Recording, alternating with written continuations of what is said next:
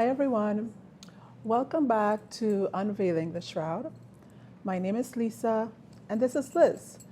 And today we're going to talk a little bit about logistics.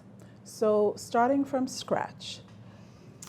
So this is an end-of-life planner, which Lisa has published.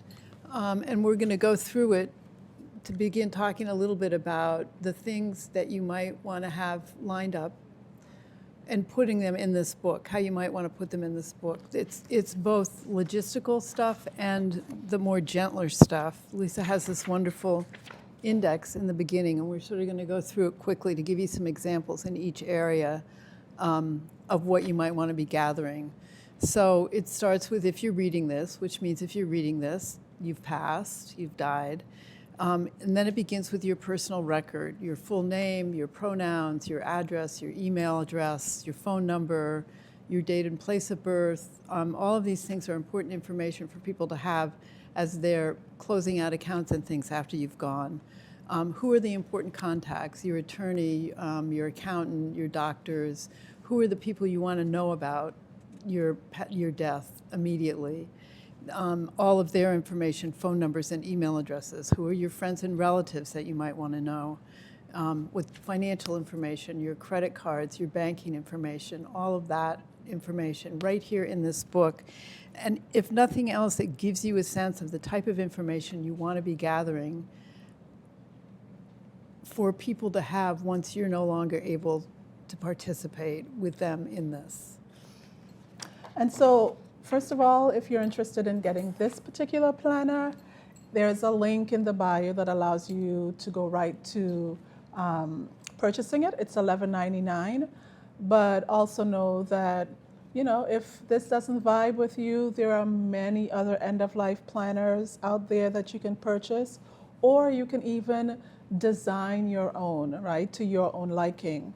So again, this book, I thought, when I was sort of curating what it would look like, I also had a sense of appreciation for the fact that this is hard. And so what are some of the things folks might be thinking about? So in another half of the book, there are things like love letters. So love letters to your children, right? There's also a section that allows you to any sort of final thoughts and reflections. Truth reconciliation, so things that you might need to work through. It's also, I think, a way of asking you to contemplate and really reflect deeply. There's a section that says, I gift to you. So you might have a special ring that needs to go to a special niece or a nephew or someone else. And what is most important is at the back, we sort of have given a synopsis of how Unveiling the Shroud came to be and how we sort of came upon this work. But also as you're working through it, like Liz said, there are questions. So for instance, there's a quote here that says, "You fear you are not strong enough to do the hardest thing only because you don't yet know that doing the hardest thing is exactly what will help you know your strength." And this is a quote from the lovely Andrea Gibson. And then there's a question here about, the hardest things often force us to confront our limitations.